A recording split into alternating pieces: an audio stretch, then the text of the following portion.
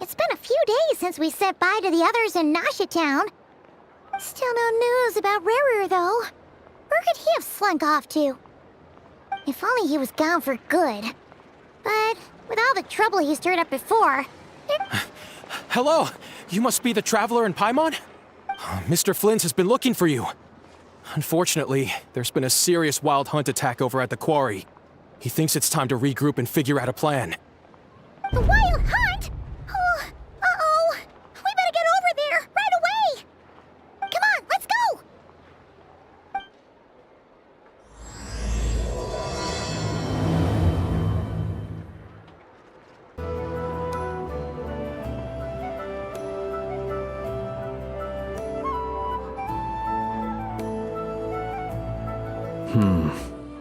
I can barely sense any Kuvaki at all.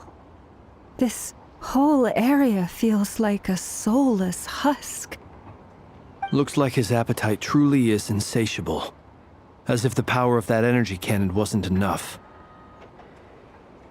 He's not seriously still getting stronger? What's his endgame here? Ah, everyone's here already. Hey, we made it. So, what's going on? We've all been on high alert since we split up a few days back, expecting Rerir to strike again. But it's like he just vanished into thin air. No one has seen him nor found any trace of his presence. That is, until this morning, when a ratnik found signs of wild hunt activity while out here on patrol.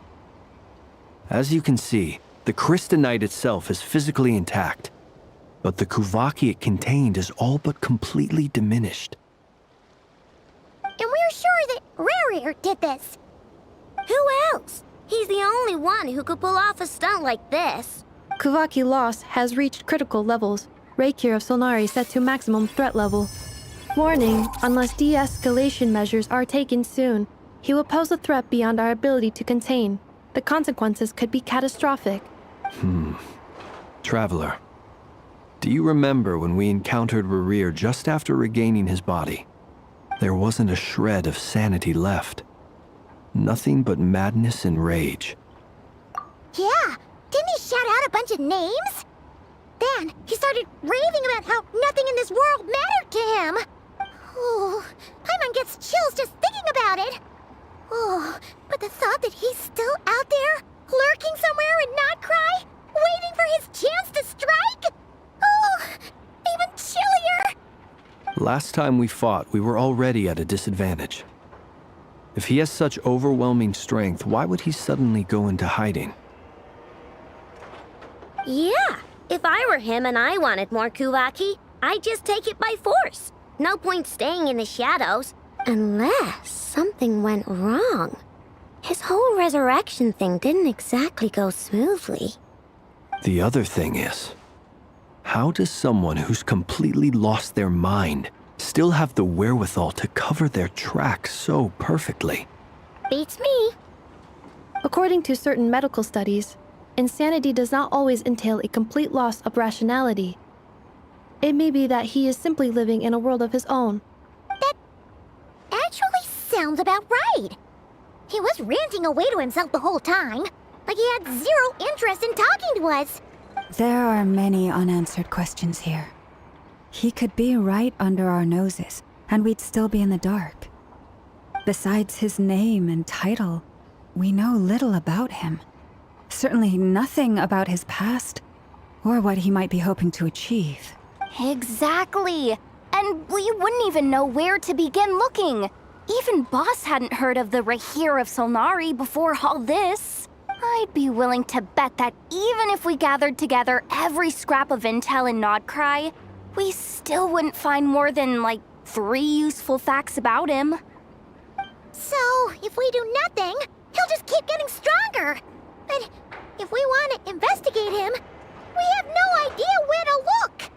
Last time we had Marionette and her big robo-buddy to help us, and we still barely held our ground. If we had to face him alone... Oh, Paimon's head hurts just thinking about it. What are we supposed to do against a threat this big?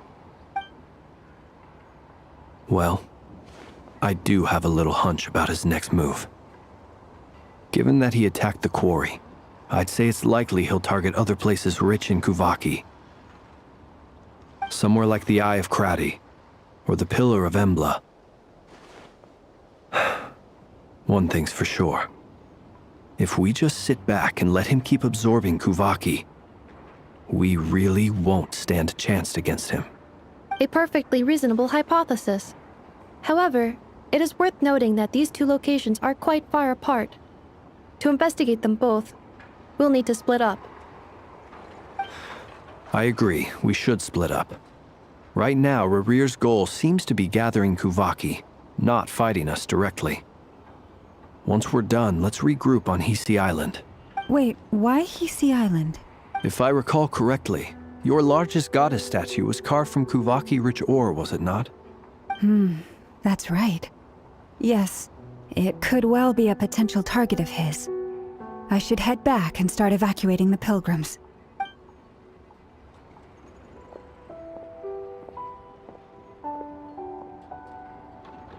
Splitting up's always gonna be risky.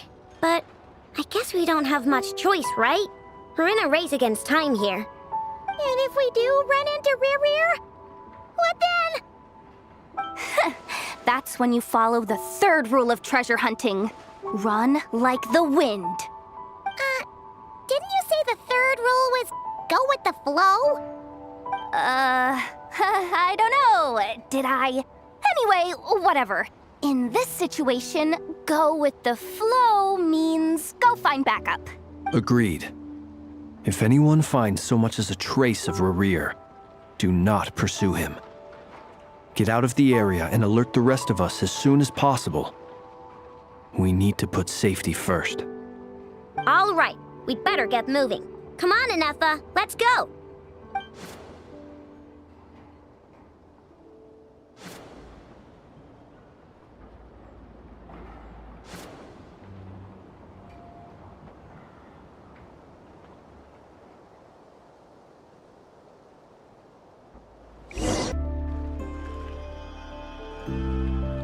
Any leads?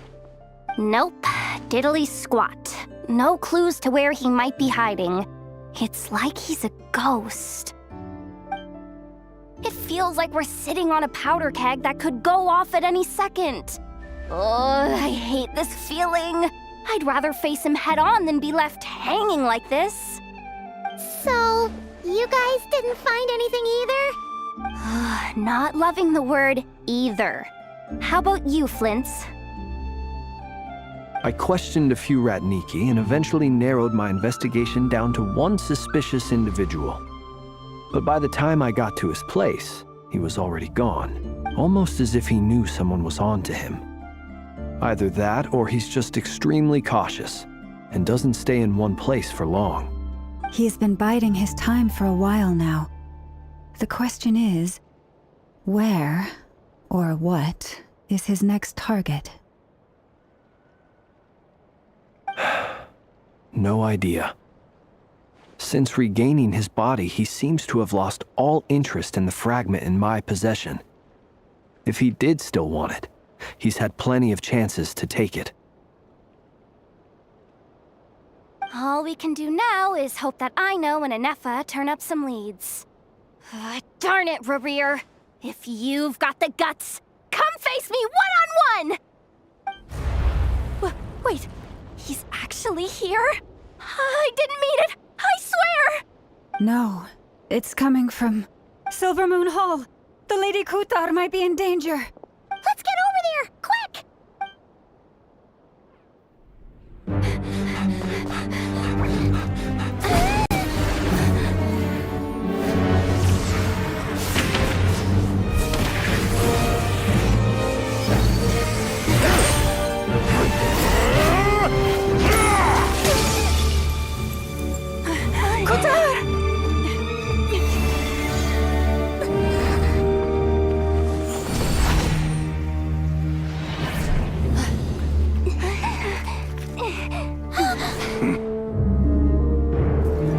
Why is he attacking the damsel elect? What's going on? No time for questions. Stop him!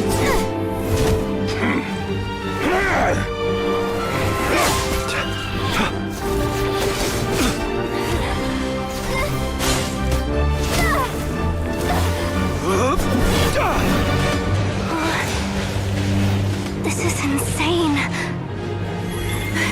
Yehuda, get Kutar out of here! On it.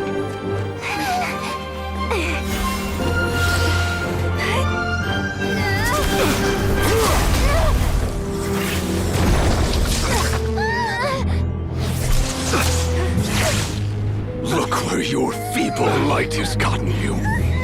Now, you shall plunge into darkness. Felindus, soon, I will find a way. Watch out!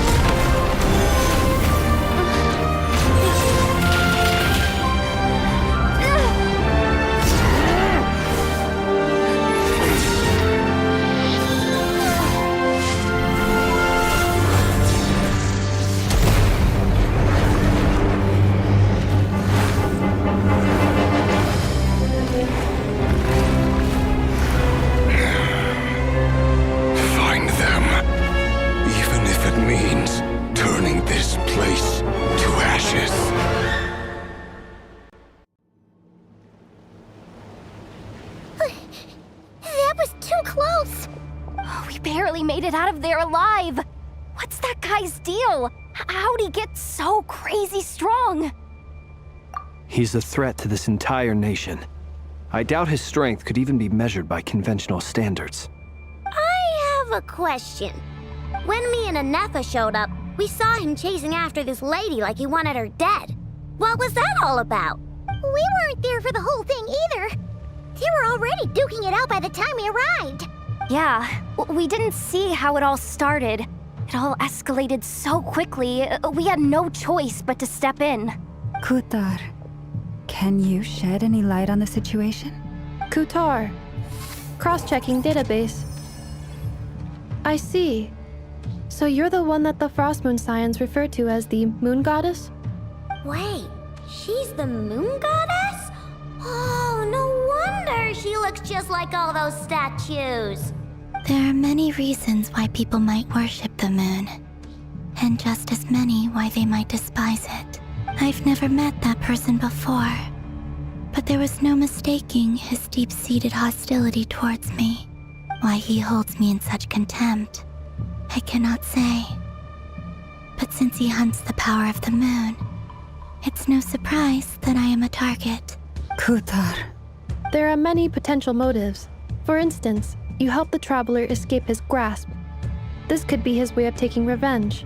It is also possible that he covets the Kuvaki inside you and seeks to take it for his own. The list goes on. But right now, devising a counter-strategy should be our #1 priority. The likelihood of this location being discovered is close to 100%. A counter-strategy? But we don't stand a chance against an enemy like this. Surely our only option is to run. He's not gonna chase us to the end of the world, right? So as long as we can sneak out of Krai undetected. No, I can't say that. Come on, Yehuda, this is serious stuff. Running is our only option. Huh? You seem surprised, but what other choice do we have? We are facing an enemy we cannot possibly defeat in battle. Well, I mean, yeah, but still. It's not too late. I can distract him, so you'll have plenty of time to make your escape. Wait, what? You're gonna act as bait? Doesn't that make sense? I'm the one he's after. There's no need for you to risk your necks on my behalf. A coyote doesn't stop for bypassers while it's howling at the moon. What is it, Lauma? The Frost Moon Scions have already grown accustomed to life without their goddess. My presence here is no longer essential, and this is not my home, so you needn't ask me to stay. We can't just roll over and let him get away with this. That's not our style. Yeah, we can't just call it quits after everything we've been through together. Besides, she'd pretty much saved my life back there. If I just ditched her now, I'd never forgive myself. We can't overlook that you have saved our lives multiple times now. To talk of returning the favor would be a little crass for my liking. But suffice to say that we are friends, and friends look out for one another. Rerir's true objective remains unclear. Even if we were to sacrifice Miss Kutar, there's no guarantee he would stop.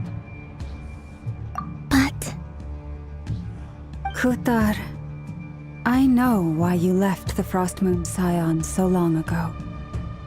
It was because people started treating prayer as a form of trade. They would make self-centered wishes, force you to accept meaningless offerings in return, and then expect you to perform miracles for them, as if that were their entitlement. If it were me, I might have walked away too.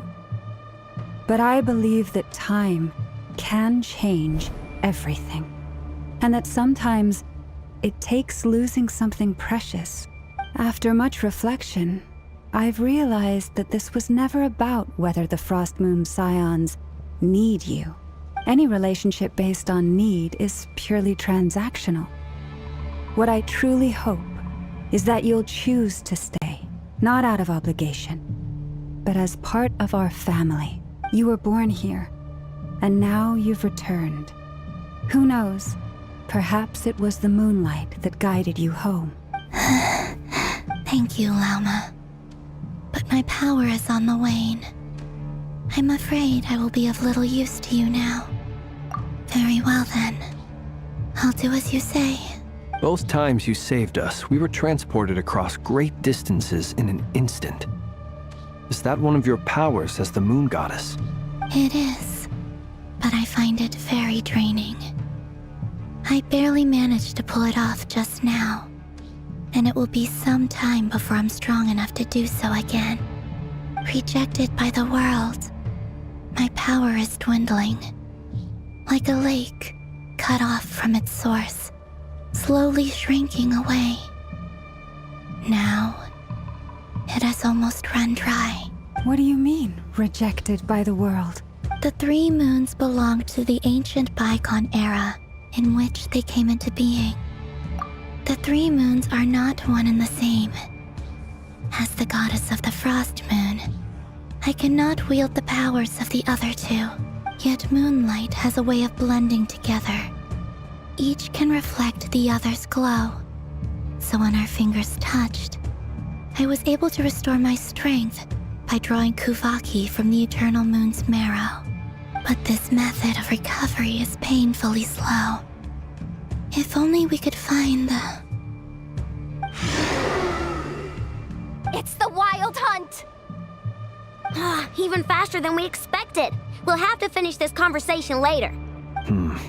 See how those Wild Hunt creatures are running away from us. They're likely just a scouting party, which means Rerir won't be far behind. Then what are we waiting for? Let's get the heck out of here! Ding dong! Installation chamber deployed. Supporting protocol.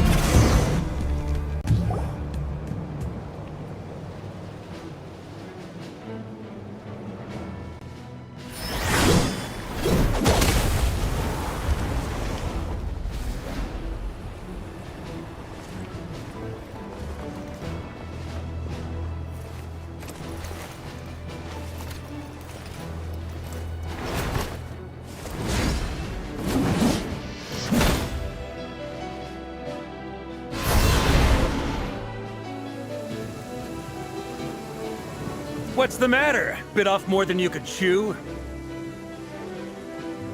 How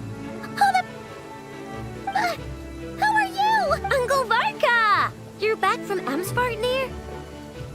Whoa! You're Varka? Grand Master of the Knights of Favonius? We could save the intros for later. Right now, let's get you all out of this hellhole. Follow me. I know somewhere you'll be safe. Oh, is that where I think it is? That's the one. Come on, move! There's no time to waste.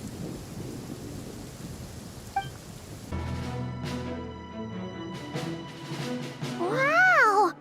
Where are we? This is so well hidden. Well, that goes without saying.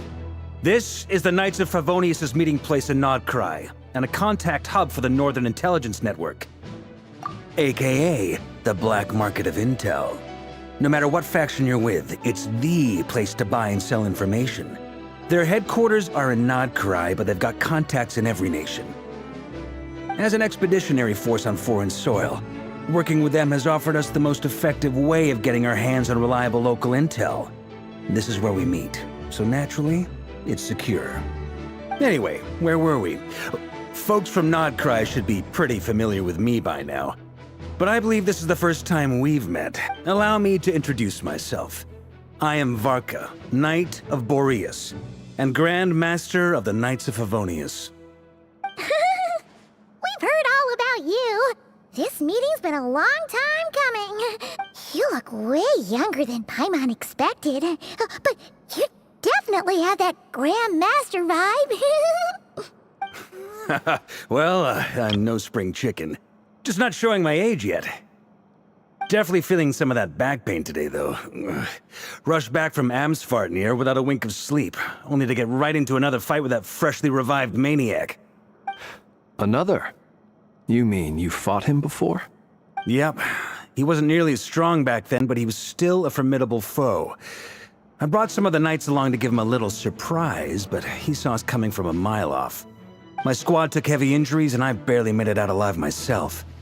We knew it might have been our last chance, so we staked everything on it. But still, it wasn't enough to stop him.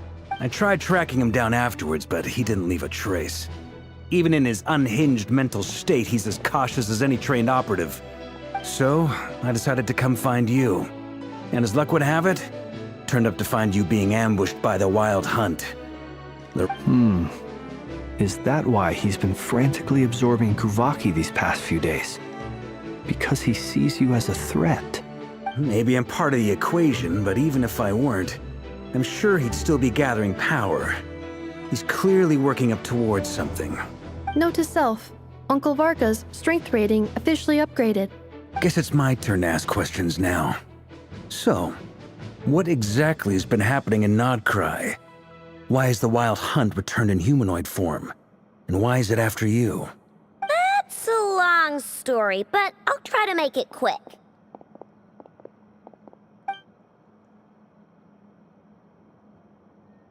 Wow, I had no idea so much had happened. Sounds like you guys have really been through it. So, the Kutar is actually a Fatui Harbinger.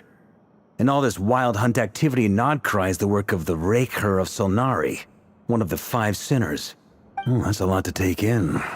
Need some time to wrap my head around it all. I'm truly sorry, Mr. Varka. You stood with us against the Wild Hunt, and did everything you could to stop it from escalating into a full-blown catastrophe. And then, the one time you're away, it all comes to a head and all your hard work gets undone. You've got nothing to apologize for, Miss Moonchanter. You can plan 100 steps ahead and still slip up. That's just life. No one knows what tomorrow holds. You can't predict which way the wind will blow next. And, to be perfectly honest, I can't say I'm surprised. For all the times we've defeated the Wild Hunt in the past, we've never been able to completely wipe it out. Turns out, we were just delaying the inevitable. But now that a new variable has come into play, fate may well take a different course. A new variable? You mean us? Who else? And in a strange way, I think his resurgence might not be an entirely bad thing. The Wild Hunt is like an unrelenting force of nature, but Rerir is an individual with an agenda. He's gotta have a weak spot somewhere. That said, while I was explaining everything just now, some of the points that Mr. Flins added caught my attention. You mean about our mystery ally? That's right. From what you've said, not only did they lead you straight to some key files, they also shielded Hisi Island from a lethal Kuvaki blast. I don't know who or what could pull something like that off. Heck, even Miss Coolumbina doesn't have a clue. I hadn't heard the story about those files. Would you mind repeating their titles for me? Wild Hunt Phenomena Log, a Nodcrian Ratnik's Field Journal, and Kuvaki Survey Log. Oh. No. Still doesn't ring a bell. Another dead end. Guess all we can do now is hope that our mystery ally keeps showing up when we most need them. Still, it's safest to assume they won't be intervening again. From here on out, we'll have to resolve this crisis by ourselves. Your intel also explains something else I've been wondering about. The reason I led my team to Amsfarnir was because we'd had reports about a possible source of the Wild Hunt showing up there. But once we looked into it, it turned out to be a red herring. I don't know who was behind it, but clearly, it served its purpose. I doubt it's by chance that he happened to make his comeback while my attention was diverted. And from everything you told me, it sounds like his scheming began well before his return. So maybe luring me away was all a part of his plan. But is it even possible that he orchestrated all of this by himself? The Moon Maiden and the Rerir of Solnari. Nodcry of all places. The way everything is unfolding, it can't be a coincidence. So, what do we do now? Got any ideas? Right now, we've got at least 3 things to consider. Let's go through them one by one. First, we need to figure out how to take down Rerir. If we can't beat him in a straight-up fight, the rest won't even matter. To my knowledge, the bulk of Nodcry's fighting force is already gathered here. But even with everyone united, we're still no match for Rerir in his current state, let alone with his power still growing. What if there was a way to tap into a new power of our own? How so? Have you thought of something, Coolumbina? 3 moons once watched over this world. The Eternal Moon was the largest. The Frost Moon was the brightest. And the Iridescent Moon was the most mysterious. They say that back then, the 3 moon goddesses wielded immense power. Enough to shape the workings of the world itself. I now bear the Frost Moon's power, and the Eternal Moon's marrow resides within the Traveler. Hold on. Are you suggesting? The Iridescent Moon, the last piece in the puzzle. That's right. If we can find the Iridescent Moon's marrow, I will be able to regain my strength much more quickly. The 3 moons are said to stir the tides and illuminate all things. Perhaps they hold further secrets beyond our understanding. According to my analysis, this solution is feasible. However, it is subject to one major condition. How do we locate the Iridescent Moon's marrow? I know a way, but we will need to visit the Fatui's Experimental Design Bureau. The Experimental Design Bureau? Are you saying we need to involve Marionette? Yes. I must speak with Sandrone. It's a long way from here to the Experimental Design Bureau. There's a high chance you'll be spotted. You shouldn't go alone. Then that's settled. Next up, our second priority. Somehow, we need to figure out Rerir's end goal. As you saw for yourselves, when he was still in his Wild Hunt form, everything he did was for the sake of recovering his body and resurrecting himself. His first act since then, after laying low for a while, was to try and assassinate this young lady. People's obsessions often reveal their greatest vulnerabilities. There must be a reason why he despises the moon so deeply. Perhaps it sheds some light on his title, the Rerir of Solnari. The Wild Hunt has plagued Nodcry for centuries now. If we want to stop it for good, we have to get to the root cause of what's driving it. It's true. We still know very little about him. If Kuthar hadn't given us that lead, we wouldn't even know his name. But where would we even start? I doubt even the Intel Queen of Nodcry has a clue, and she has info coming out of her ears. Oh? That's a rather hasty conclusion for someone who's so painstakingly meticulous when it comes to dealing with machines. She heard me.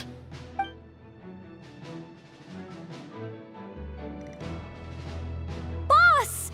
What are you doing here? I'm now asking myself the same question. I received a letter from a humble knight of Favonius, requesting a meeting to discuss a major business deal. But it looks like this humble knight had something else in mind. Details. Miss Nefer, the important thing is that you've arrived at the perfect time. Since his failed ambush, I've been racking my brains trying to come up with a plan to fight Rerir. Given the severity of the situation, I think it's fair to say that our only chance lies in uniting as one. And I'm talking all the factions in Krai. We can't do this without the Curatorium. But I knew it'd be a tough job to win you over. So, I took the liberty of reaching out for a little chat. Wait a sec. How did you even hear about this place, Nefer? Didn't you say this is meant to be the Knights of Favonius' meeting spot? And a contact hub for the Northern Intelligence Network? And isn't it supposed to be super hidden? You really think he could have gotten settled in Krai without my help? Besides, I'm the one running this gig. Of course, I know where the meeting place is. Allow me to introduce the current head of the Northern Intelligence Network. If it's intel you're after, she's your woman. Pretty much seen and heard it all. Please spare me the flattery. Let's cut to the chase. Seems like you've run into some trouble, huh?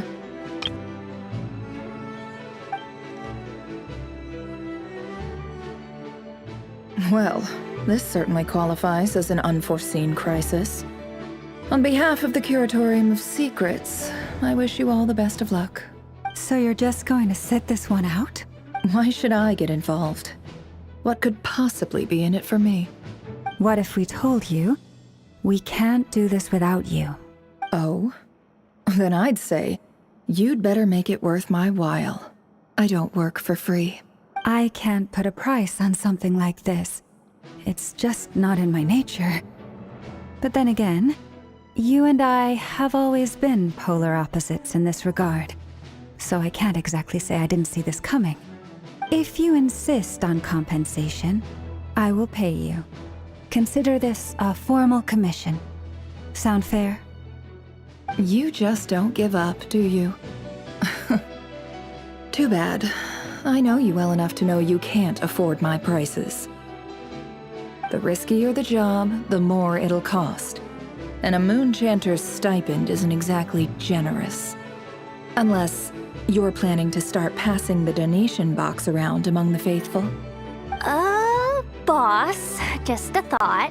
If they come up short, maybe you can take the difference out of my next few paychecks. Things got really dangerous during the fight with Rerir. If this girl hadn't saved me, I'd be ley line fodder by now. I'd be gone for good, boss. If there's any way we can make this work, I'd really like to help her. Please? I'm begging you. This is why I'm always telling you never accept favors. They are the hardest debts to repay. You have to be careful who you get involved with, or you invite all kinds of misfortune. Very well, Yehoda, I will help. But just this once. Don't count on this happening again. Flins, that fragment that Rerir was after, do you still have it on you? Of course. Let me borrow it. I need it to follow up on some leads. Wait, you actually have some leads? Shh. This is top secret information. I get it. We all have things we'd rather keep to ourselves. Plus, I know we can count on you. So we'll leave the intel gathering in your hands. And that brings me to the third and final item. We need to find a way to distract him. I'm in for this part, no matter what. Anyone coming with? Count me in too. Come off it, you two. Quit playing heroes. I'm way ahead of you here. And Nefer did a scan of the moon goddess's Kuvaki signature, and we're gonna use it to make some decoys over at the Kramkake craft shop. Anyone who's in, follow me. Once they're ready, we'll deploy the decoys across Nodkrai. So as long as the rest of you keep moving, he won't catch on to your scent and won't be able to track you down. I like it. Genius idea. No biggie. All right then, we'll split into 3 teams. Once your team has finished their mission, return here and wait for the others. Dismissed!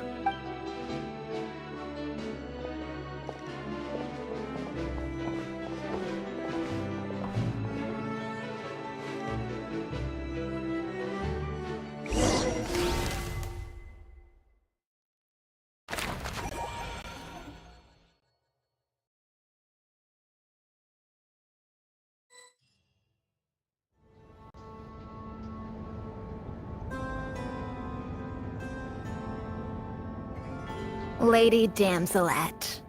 Wait, and you two? What are you doing at the Kuvaki Experimental Design Bureau? We've been doing our best to mind our own business lately. But if you're just gonna waltz up here like this, you're seriously pressing your luck. Don't blame us for doing what we have. You really think that's gonna scare us off? We're not looking for any trouble. I just want to see Sandrone. Do I need to remind you that you're still a wanted fugitive for deserting us? Out of consideration for our former ties and the crisis we're all up against, we'll let you leave in one piece. But don't even think about trying to get inside. Let them in. But... Are you going to make me repeat that? no, my lady. Sandrone seems to be in a good mood. Must be maintenance day.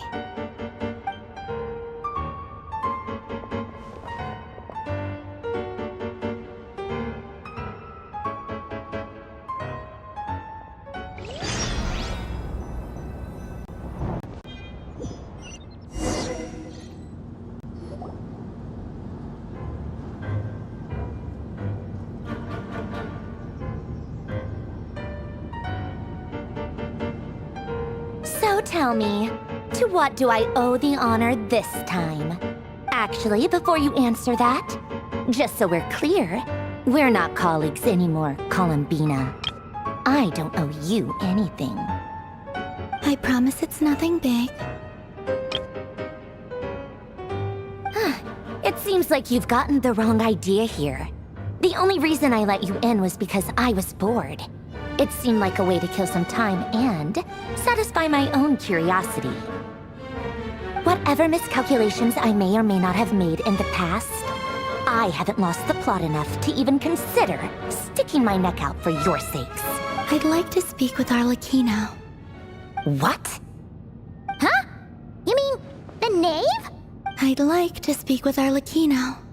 Is she in Nodkrai? No, she's not. Once the work on this facility was completed, she went back with the rooster and regrater. The only ones in Nodkrai are me and... What is it you need to speak to her about anyway? Rerir is hunting me. If I'm going to face him, I must first retrieve the lost moon.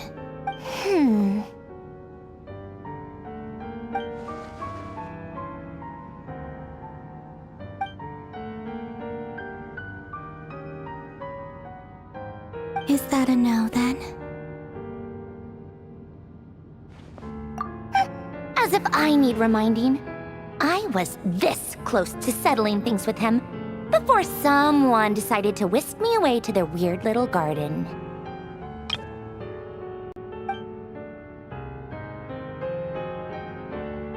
Have you held any tea parties lately? Tea parties? Yeah, obviously.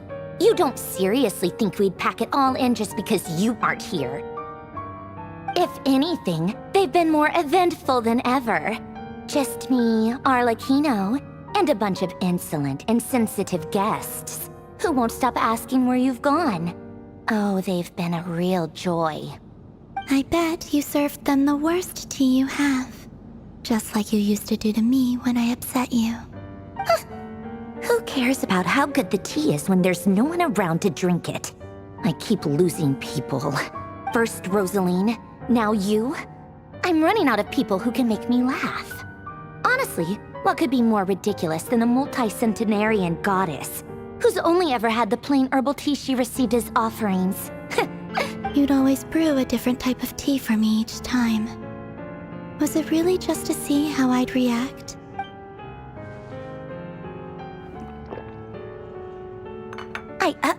Well, duh. Why else? Watching you squirm was practically my only form of entertainment.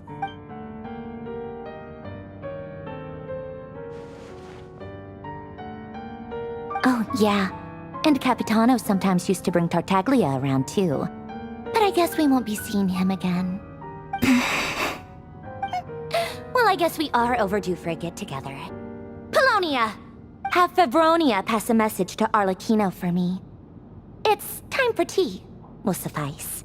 Pass along a message for me, too, if you would. My body cannot contain the marrow of 2 moons, so I'll be leaving one of them in her care. Excuse me? Who said you were on the guest list? If my tea meant that much to you, maybe quitting the Fatui wasn't your brightest move. Back when you were under the Tsaritsa's protection, no one would have dared come at you so openly. But that protection didn't come for free. In fact, I paid dearly for it. At the end of the day, it was just another transaction. I just got tired, that's all. I never wanted any part in their grand ambitions, and I've had enough of being treated like a bottomless supply of power. It brings back memories from the old days, when I was still worshipped as the moon goddess. Centuries on, it may be a different group of people. I figured you'd leave eventually. You didn't have as much of a reason to stay as I do. The Tsaritsa gave you shelter and protection, but that was it. Nothing more, nothing less. Meanwhile, the Fatui demanded everything from you in return, until it was more than you could bear. I get why you left. And frankly, I have no interest in dragging you back just because the higher-ups told me to. But if you keep hanging around with this riffraff, the next time we cross paths, we might be enemies for real.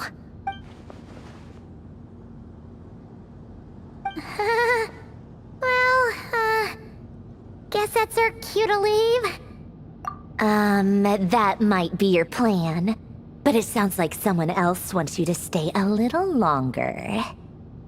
Huh? What do you mean? Listen.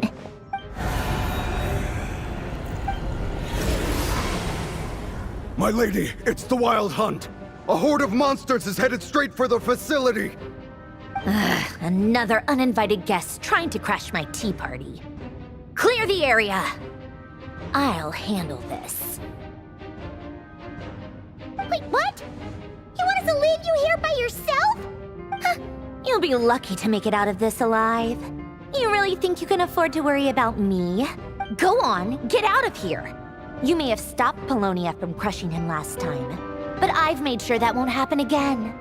The entire Experimental Design Bureau is rigged for war. Stay and watch if you want, but it'll be at your own risk. You're not flagged as friendlies in a weapons system. Don't tell me what to do! Look, if you're leaving, make it quick, or you'll just get in my way. Stare all you want, coolumbina. You're not getting another invitation to my tea party. I know. But thank you anyway, Sandrone. This is exactly why you shouldn't hang around with those people. All their melodrama and sentimental nonsense is rubbing off on you.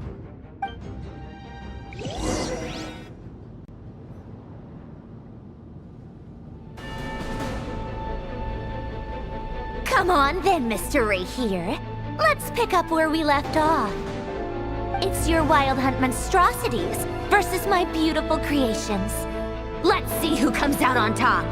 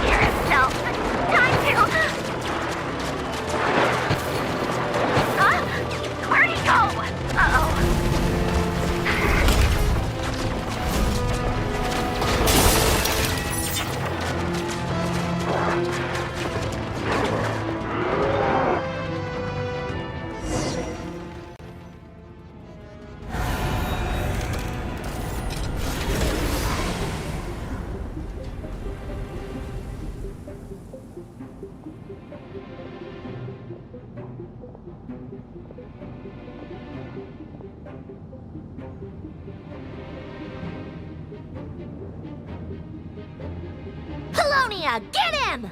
I've upgraded Polonia again since our last encounter, and uploaded every last scrap of your data.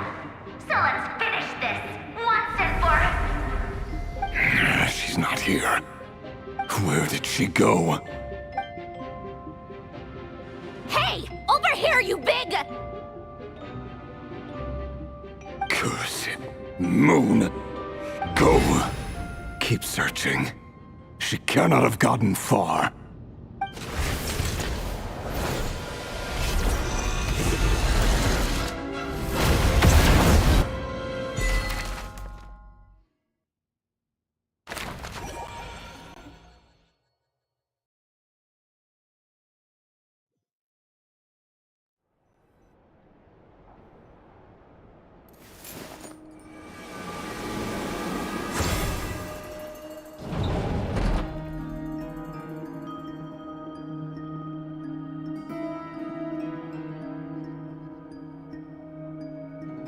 So this is your method for investigating Rerir's past? It almost Good deduction. But it's quite a different affair from what you're used to with the Frost Moon Scions. Whoa! First time I've ever been in here. Boss always said it was off limits, so I pictured some kind of creepy dungeon. But it's actually kinda nice. Oh, I guess this must be Sumero decor? That's where Boss is from. And that nice shopkeeper who sold me my treasure compass. I'm not sure exactly what you've got planned, but it looks like you're all set. When do we begin? Whenever we wish. But for some reason, I've got a feeling this isn't going to end well. I've never faced Rerir myself, but from what you've told me, his power is beyond anything I could imagine. I, on the other hand, am just an ordinary businesswoman. Our paths should never have crossed, yet here I am, forced to make an enemy of him. If you ask me, you're about as far from ordinary as it gets. So what are you saying? You're getting cold feet? Once I take a job, there's no backing out. Still, I have to ask myself if the power I'm relying on will even work on an opponent of this caliber. And also how to make sure I come out of this alive if things spiral out of control. Death is the one thing we can take for granted. It is the great equalizer, however fortunate or unfortunate we may otherwise be. So it's important to consider how to spend what lifespan we have left. Come on, boss. Lighten up. Quit talking about death. It's bad luck. For once, I agree with you. When you're up against a foe like Rerir, there's no such thing as being too prepared. Is there anything I can do to help? That won't be necessary. I've already made up my mind. Time to cash in a precious favor I've been saving for a rainy day. Yehoda, I need you to find someone for me. The sooner the better. Find who? That shady merchant who sold you an overpriced treasure compass the other day. Come on, boss. You're pulling my leg again. In what way is she shady? She showed up when I was completely lost and sold me a neat little gadget that was exactly what I needed. Trust me, she's a good person. Anyway, I know who you're talking about. Don't go anywhere. I'll be right back. Quit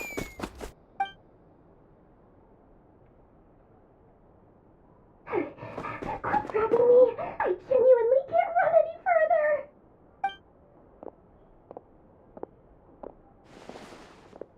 Hey, aren't you? What is it? What's the big rush? You dragged me out of a dream where I was literally swimming in Mora. I'm charging double my usual attendance fee.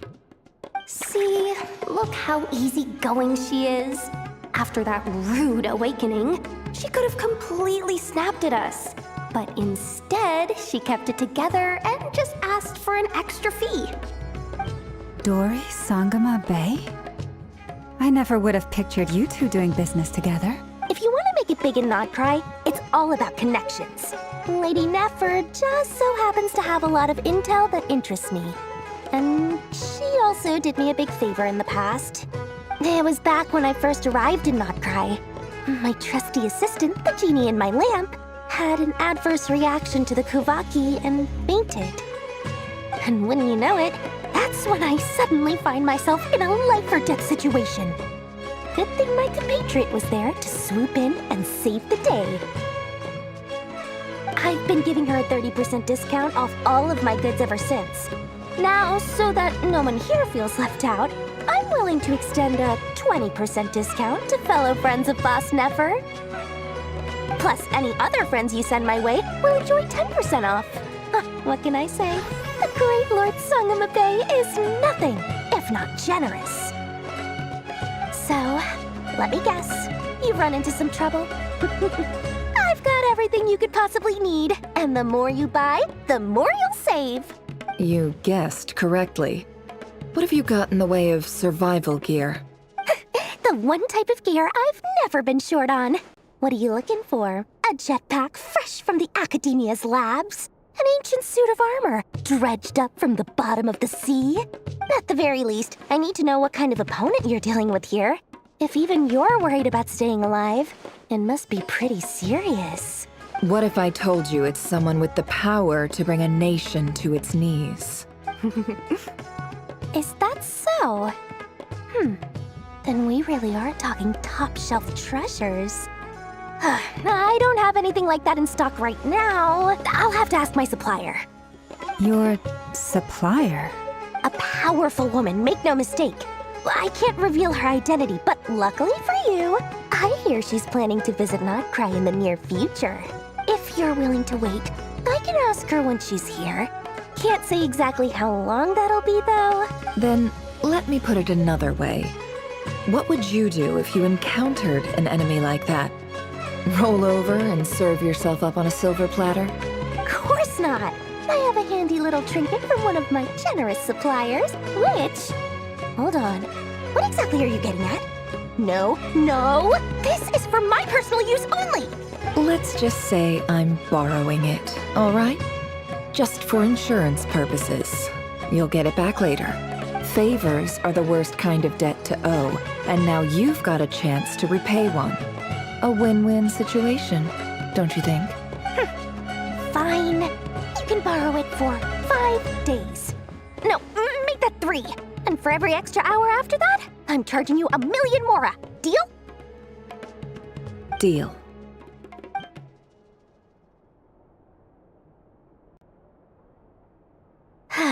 What a way to start the day. Now, was there anything else you wanted?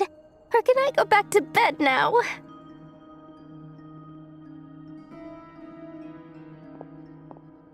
That will be all. Take care now. Don't trip up on your way back, friend. See you later! You're my favorite shopkeeper.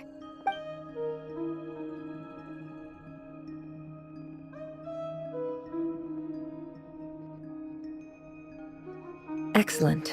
Everything is well and truly ready. The ceremony can now begin. After initiating the ceremony, your minds will follow me wherever I go. You will see many strange things in your mind's eye. So remember, don't be frightened, and don't make a sound. Now then, let us peer into the rerir of Solnari's past. I made it. I don't recognize this style of architecture. Must be Conrian. Simple furnishings, table and chairs. It's a more ordinary house than I might have expected. Looks like the fearsome rerir of Solnari came from surprisingly humble beginnings. Unless this passed for luxury in Conria. Unlikely. It was said to be a very prosperous nation in its heyday. Anyway, I'll keep exploring.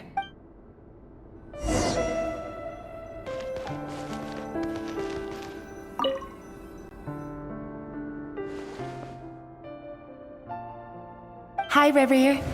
Since you're working extra hours tonight, I thought I'd keep myself busy by checking out that new kebab shop. I'll test it out, and if it's as good as everyone's saying, Let's go back together sometime. P.S. New stash from the Universitas Magistrorum. I brought some goodies home. A few teacups and a pin rack. Hope you like them. They didn't sign their name. But they must have been close. Sounds like they were living together.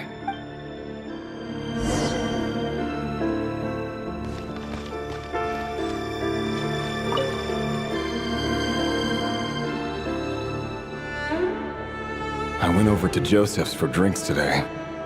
They have a fine collection, but I went alone. Felindis was tied up with something and couldn't make it. Joseph asked why I came alone, but I didn't really have an answer. He then went on to ask about other things. If you ask me, someone who asks that many personal questions is too nosy for their own good. But if he invites me again, chances are I'd still go. Felindis. That's the same name Rerir mentioned. Crane imports keep falling. If things don't pick up, we'll soon be back to meat and mushrooms only. Honestly, I'm not a huge fan of that new type of mushroom everyone's been into lately. I don't care if it's an impressive feat of alchemy. That just isn't the kind of thing I like to eat. Grain has to be imported, and they're eating a diet of mostly meat and mushrooms. Could it be because Conria is underground, so it doesn't get much sunlight? That would explain why they use so much stone in their building. They even use alchemically modified strains for food. Seems like the people of Conria don't have many options when it comes to dining. I've just about saved up enough now. Time to buy it and keep it somewhere safe. Making a big purchase. I wonder what it is.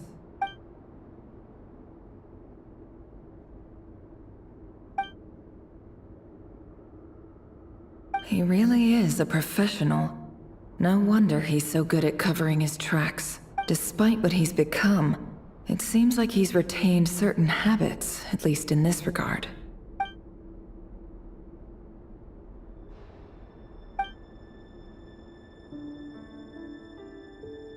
Did Rerir rip it out himself?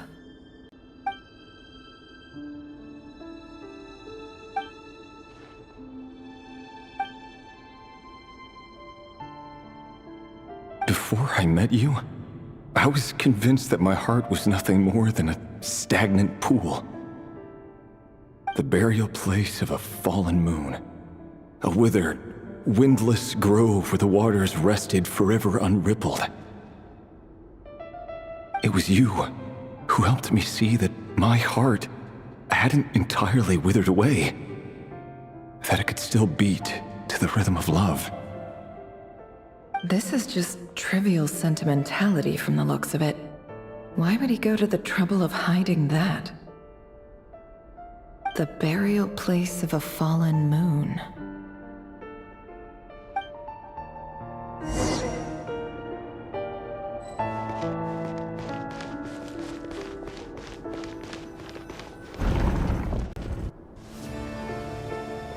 Rerir, over here. Dane! Oh, and, Vedelson here? What a surprise to see you here, sir. Hello there, Rerir. You need not address me so formally outside of court. He doesn't get that much free time, so I invited him over for a drink. Even the court prophet deserves a break every now and then, right? Well, I'm flattered. So, what are we discussing today? Hey, don't look at me. As far as I see it, we don't need an excuse to have a few drinks. Come on, don't give us that. Didn't you say you were about to pop the big question? How's that coming along? Who'd have thought the great Twilight Sword was an even greater gossip? I just didn't expect you to be the first one to settle down and get married, that's all. Yeah. If you told me that a few years ago, I wouldn't have believed you either. So, are you planning to come clean about your job then? I'm guessing you still haven't told her. Sure, I'll have to tell her at some point. But I'll need to pick the right time and place. To be honest, I have no idea how she'll take it. Come on, stop being such a pessimist. For all you know, she could be thrilled. I bet she'll be much more impressed by your actual job than the one she thinks you're doing now. A member of the King's Guard. Quite the cover story. Does the king himself even know? Of course he does. Anyway, enough about me. How have you been? Me? Same old, same old. Nothing much to... Huh? What's up, Ved? It's nothing.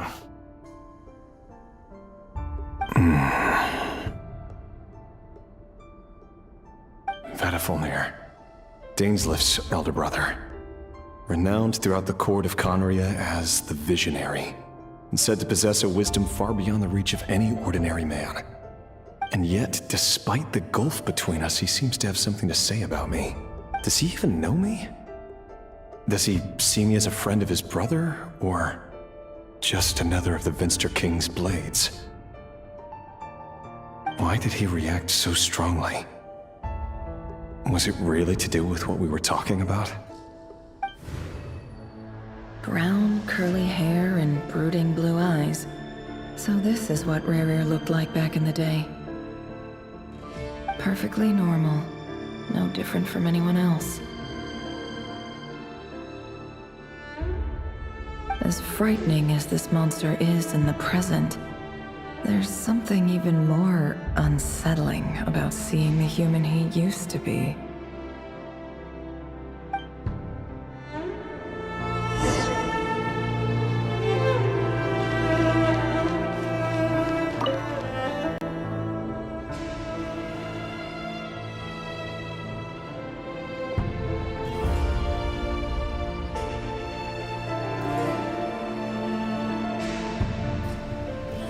Felindis? You're back early? Our equipment's being serviced today, so I got off earlier than usual. How's your day been? Aw, why the long face? Is something the matter? Has your boss been giving you a hard time again?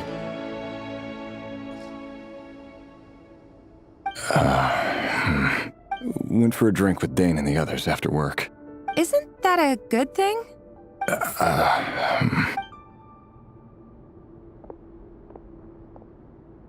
Vedafulnir showed up today, too.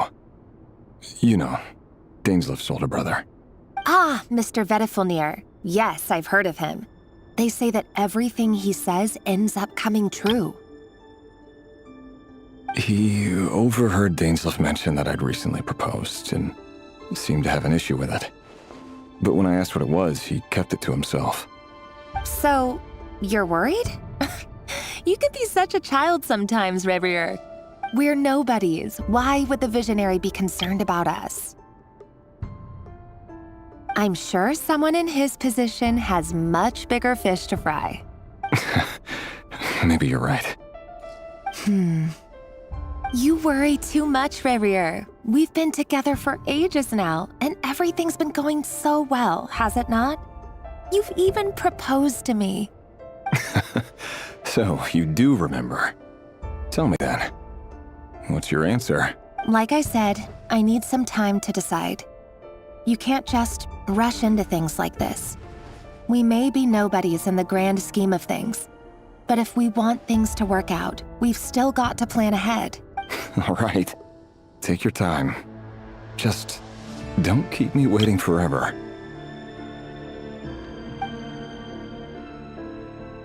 Nobodies. Sounds about right. In the eyes of people like Vedafulnir and Dainsleif, what do we matter? Can someone whose gaze is so fixed on a far-flung future even see the present clearly? Besides, the dynasty's fate rests with the king and his inner circle. Whatever I do, it won't make much difference. Meanwhile, every idea they come up with and every decision they make, it affects everything. These days, the king is lost in his research, and the purge of the Crimson Moon bloodline grows. The opposition tried to speak out, but nothing came of it. A man can have 1,000 reasons to carry a sword, but there are few good excuses to use it. What becomes of someone who kills on another's behalf? Can he ever find true peace?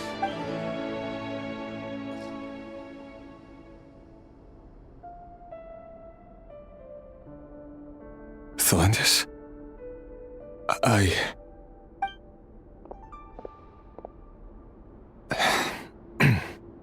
It's nothing. You were right. Fate has never smiled upon nobodies like us. But by the same token, it's unlikely to bear a grudge against us either. There's no reason we can't keep living happily together, cherishing the simple joys of each day as they come. See? You just need to stay positive, Rerir.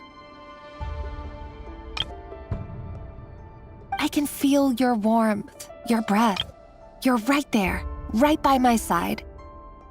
Just seeing you makes me happy in a way I can't explain, and that's something that no one could ever take away from me. So smile, my love. Let go of that frown.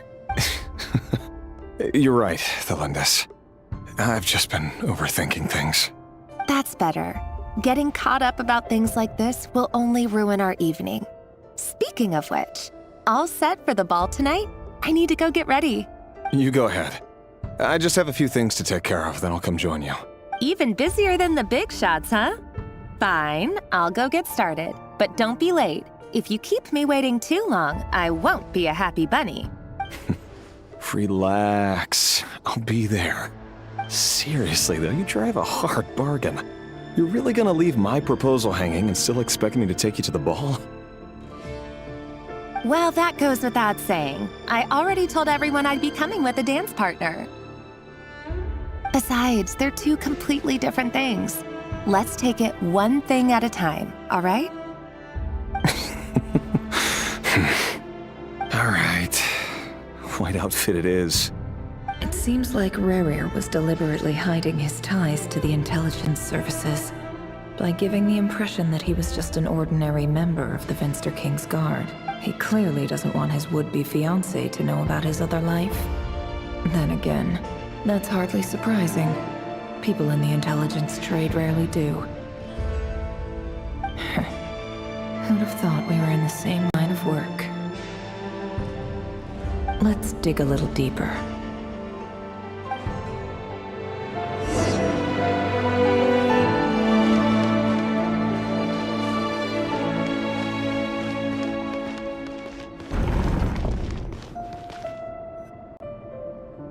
Our last operation was a resounding success, and all thanks to you, Rerir of Solnari.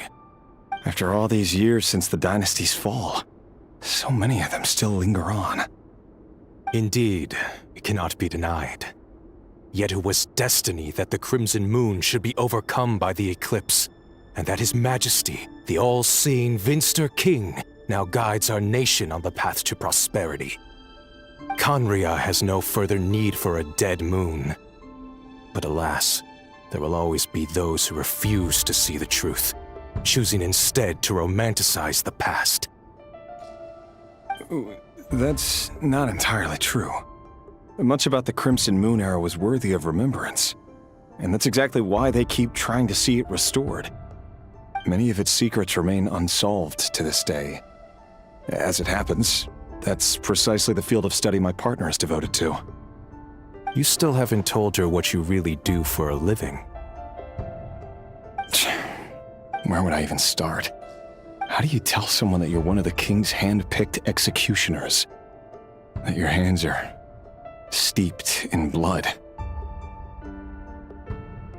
You didn't choose this life, any more than I did. Orphans like us, but I'll sure as heck be the one to pay for it. Speaking of which, we need to be more rigorous in the way we identify direct descendants of the Crimson Moon. Someone, it seems, has strong opinions about my future plans. Most likely my marriage in particular. I have a feeling that we may soon become targets of the Crimson Moon's retribution. Your concerns are not unfounded. They've taken out many of our colleagues these past few years, and for that very reason. These are no help. Take care, Rerir of Solnari. I look forward to toasting you at your wedding. Thanks, Thorkel. You look after yourself, too.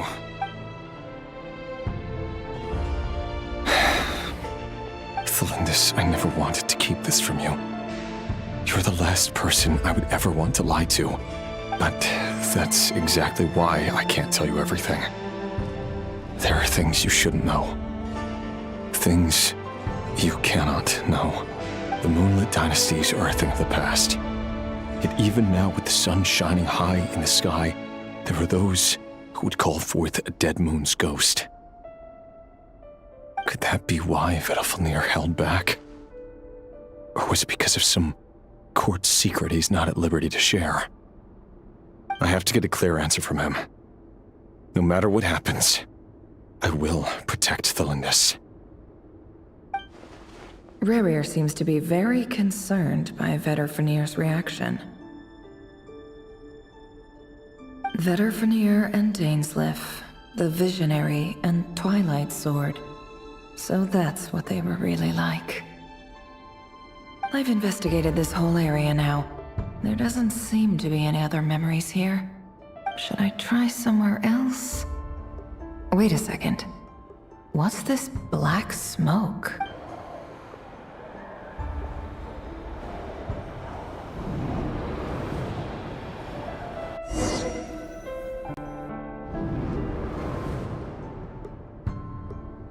So, he's late after all.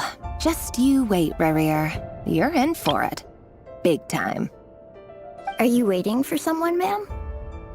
Could I tempt you into buying some flowers? Oh, sure.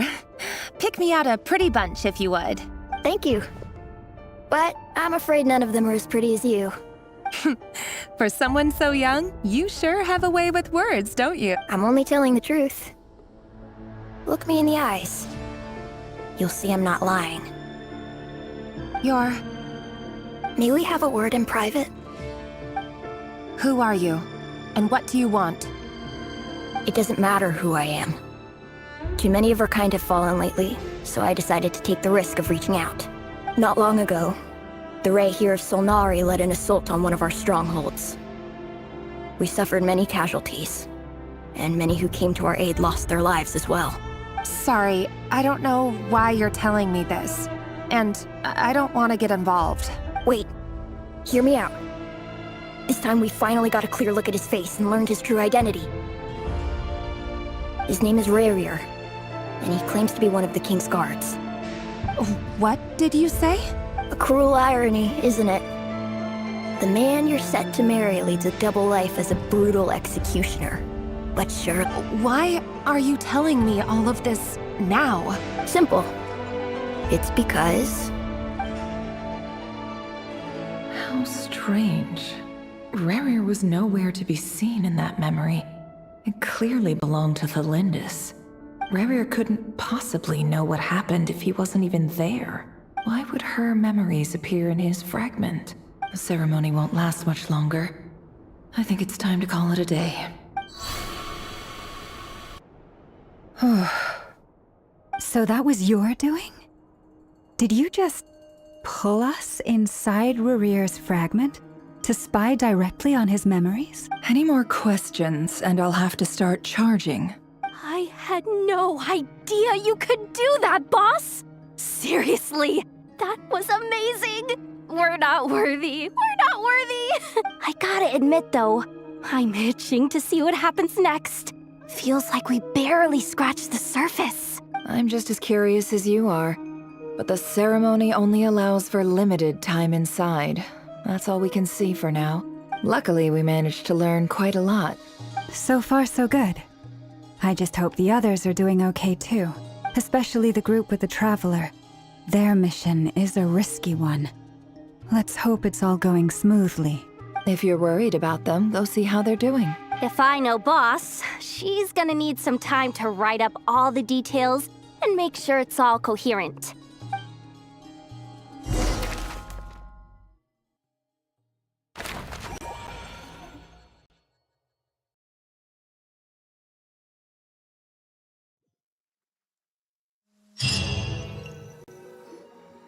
Oh, they've been prowling around for nearly 2 days now. These things just won't quit. Oh, they might not have seen us yet, but them constantly sweeping the area, our way out is completely blocked.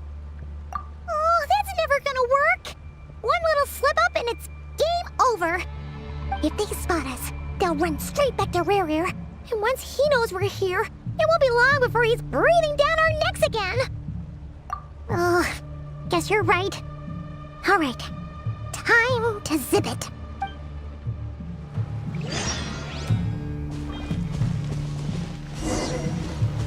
Quick, hide! We almost got spotted! Phew, that was a close call.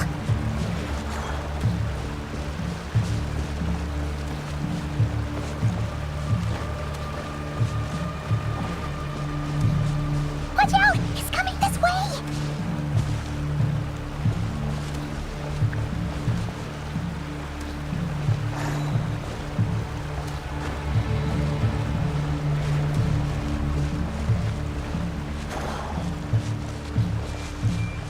Keep going. We're nearly there. This is the final hurdle.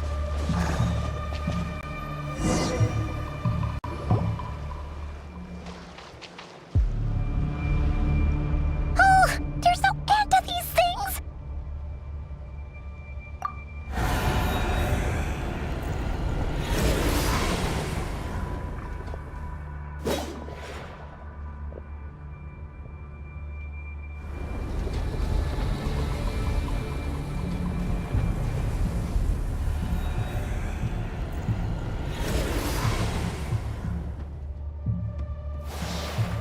Fire. Fire? Wait, what's that smell? Oh no, there's a fire!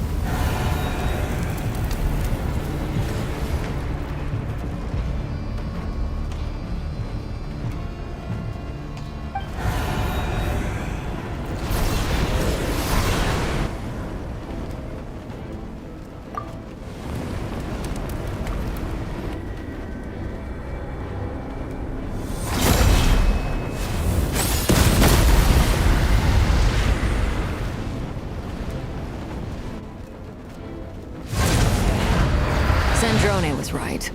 You look weak, coolumbina.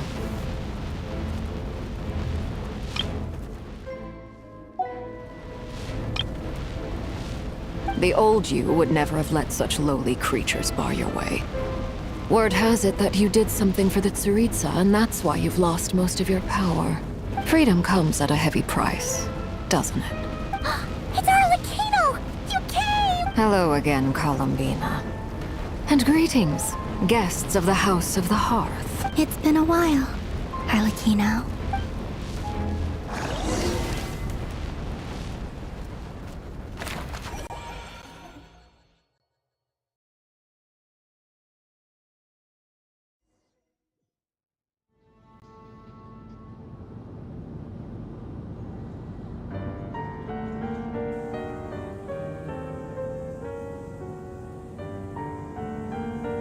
Stupid rerir of stupid Solnari. Ugh, whatever. I've got all the data I need. Next time we meet, you're finished.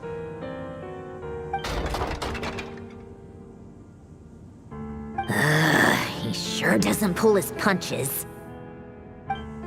Excuse me, do you need a hand? You can do me a favor by staying out of my way. Can't you see I'm busy? Wait a minute. I recognize that voice. Hello, Miss Sandrone. Father sent us over to help.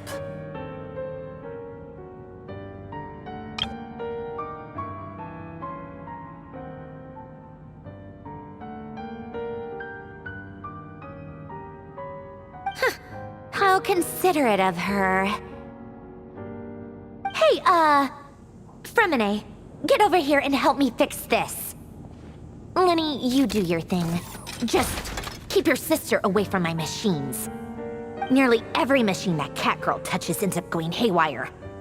Go put her on cleaning duty or something.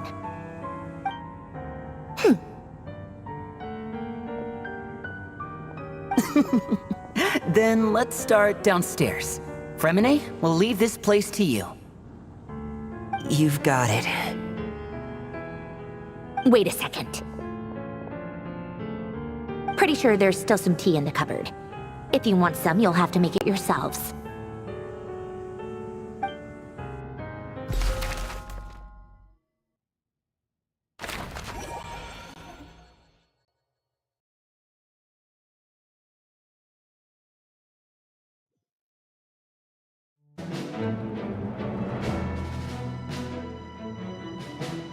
It's a relief to see you all made it back in one piece. Huh? Feels like there's quite a few people missing. Where's Flins and the others? And what about Nefer? I returned ahead of them. Flint is helping Ino and nefer to set up the decoys and buy us some time. As for Miss Nefer... Boss is still wrapping things up on her end. She sent us back to fill you all in on the top secret intel we've been gathering. I see. Then let's get right into it. But first, who do we have here? You brought someone else in to help? Greetings. I was invited here to help as a longtime tea party companion of Coolumbina's.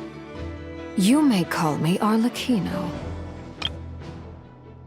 Surely it can't be. Those eyes. Oh, where have I seen them before? Wait, of course. In those memories we just saw. The only Arlecchino I know is the fourth of the Fatui Harbingers. So either you share a pretty uncommon name, or you're more than just a tea party buddy. You're well informed, Grandmaster. A man from Mondstadt living all the way out here in Nordkrai, and yet the people and affairs of Snezhnaya seem to hold a special place in your heart. Oh, the feeling's mutual. Sounds like you know all about who I am, too. A Fatui Harbinger. The atmosphere in here just got really tense. Guess we can't just start trusting Fatui Harbingers, even at a time like this. I must admit, though, I'm a little curious. Seeing as the moon goddess no longer belongs to the Fatui, what makes you so willing to put your neck on the line here? Nor does Nordkrai belong to Mondstadt, Mr. Varka. Yet still, you're fighting for it all the same. Things don't always have to have a tangible payoff. Sometimes, stopping things from spiraling out of control is a higher priority than chasing the spoils of victory. Of course, I can't say there's nothing in it for me at all. But that's between Coolumbina and myself. Forgive me. I don't mean to doubt you. It's just that the Fatui really have been the source of many of our troubles. We have our own way of doing things here in Nordkrai. But ever since they arrived, the Fatui have treated us with nothing but hostility. I know there's been a lot of bad blood between us in the past. I've done my utmost to avoid friction whenever I could. But sometimes fundamental conflicts of interest simply can't be settled amicably. That's why I'm here solely in a personal capacity. This has nothing to do with the Fatui. As a gesture of good faith, I'll be frank. I can help Coolumbina track down the iridescent moon's marrow, which will help her restore more of her power. Anyway, what else is on the agenda? Let's begin. She says she'll be frank, then completely skips over the details. Looks like she doesn't want to give away too many secrets after all, but she clearly wants to change the subject. It'd be awkward if I tried to bring it up again now. I guess we'll just have to go along with it. She's the fourth of the Fatui Harbingers after all.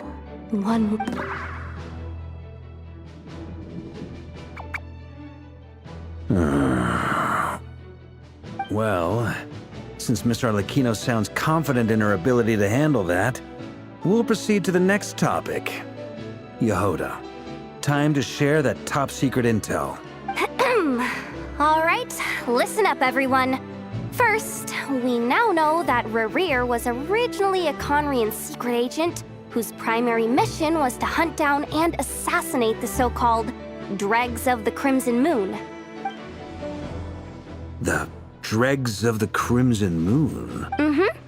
In the memories, there was a lot of talk about the Crimson Moon and Eclipse, and a whole bunch of other stuff from the time of Conria.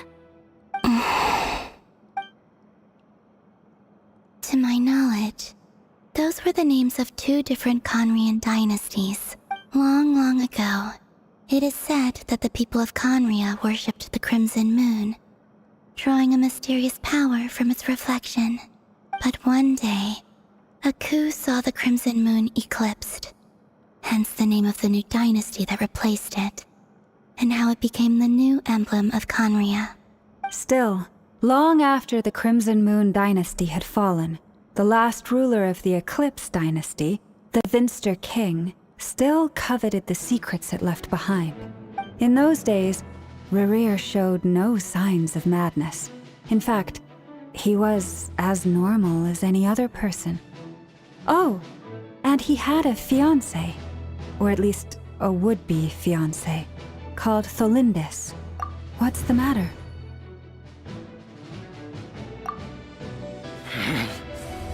Verfnir, Rheindaughter, Flinders.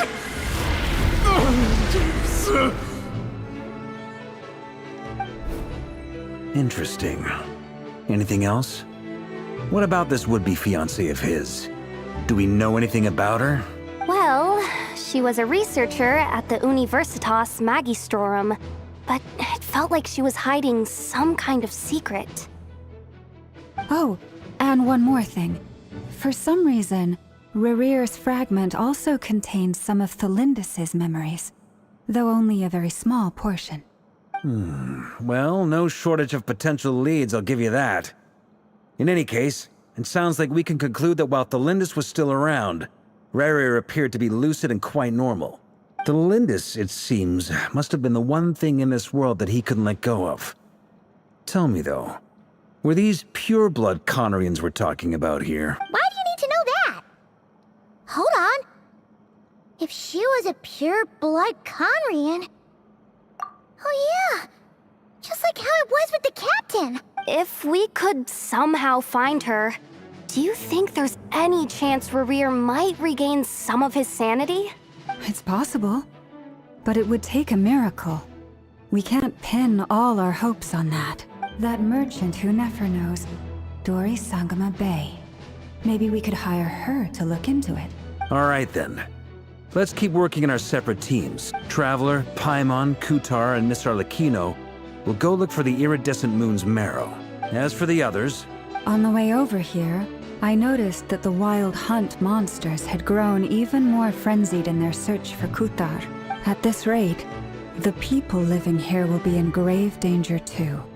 So I'm thinking of gathering together some of our followers to go wipe them out. I'll head back to the curatorium and meet up with the boss. Feels good knowing we've all got something to be getting on with. Given that the Wild Hunt has been a lot more active lately, the Lightkeepers have likely begun their own operations too. If that is the case, someone will need to pass the news on to Flins.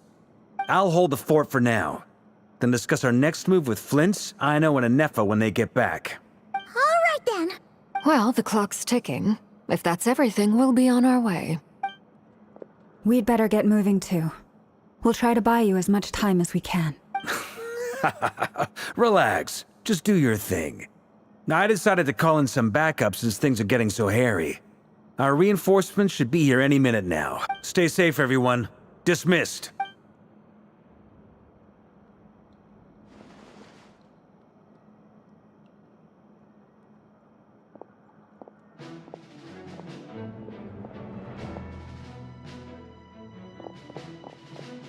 We're back. Did we get here a little early? Or a little late? A tad late. The others have already set off.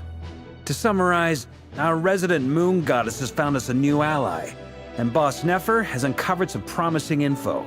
Everything going smoothly on your end? Not great. I don't know how long we can stall them for. The decoys are getting taken out way faster than we imagined. I'm gonna make some more later, but I need a timeout first. I'm so tired right now. Oh, right! Nefer, could you fill in Uncle Varka on what we just discussed with Flins? Sure. Uncle Varka, you previously told us about how when you went to investigate a source of the Wild Hunt in Amsvartnir, you discovered that it was just a diversion. But according to Flins's intel, several outbreaks of the Wild Hunt had already occurred in Nodkrai in the period leading up to that. That was before Rerir had regained his body, when he was far from regaining his full strength. In other words, in theory at least, he still lacked the means to act in two places at once. Flins, with everything that's been happening, the Lightkeepers across Nodkrai are rallying to fight back against the Wild Hunt. They're gonna need your help. I know, I'm sure you're capable of coming up with something far more effective than decoys. But for now, you should stay here and get some rest. And Nefer and I will head back over to Amsfartnir to see if there's anything I missed. I told you Uncle Varka would say that, didn't I? A deal's a deal. Not a word about my snack intake for the next week. Database updated. Reliability of Aino's predictions increased. What does that mean? They were betting on how you'd respond after hearing their intel. It's the obvious choice, isn't it? That's hardly worth betting on. We already decided that Nefer should go investigate the situation over at Amsfartnir on her own. You might as well stay here and keep watch. Someone needs to hang back and oversee our strategy meetings.